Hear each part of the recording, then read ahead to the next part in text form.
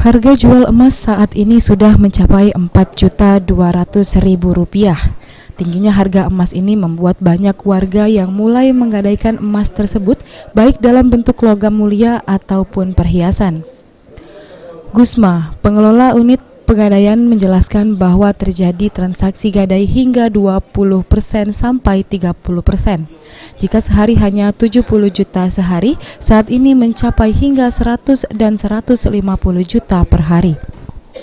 Bisa dijelaskan, ini kan harga emas sudah menembus angka 4 juta. Dari transaksi gadai sendiri ada peningkatan? Terjadi peningkatan kurang lebih 20% sampai 30%. Jadi biasanya kita per hari itu paling kecil nih 70 juta, bisa tembus sampai 150 atau 130. Banyak kan yang datang ini bergadaikan gelang, cincin atau seperti apa? Kebanyakan sih perhiasan, tapi ada juga beberapa yang elektronik kayak handphone, laptop gitu.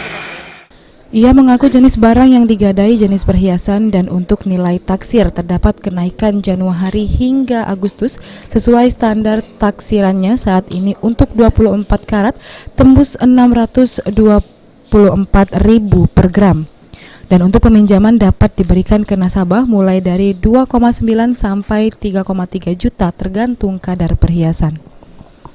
Amanda Lydia, PAL TV.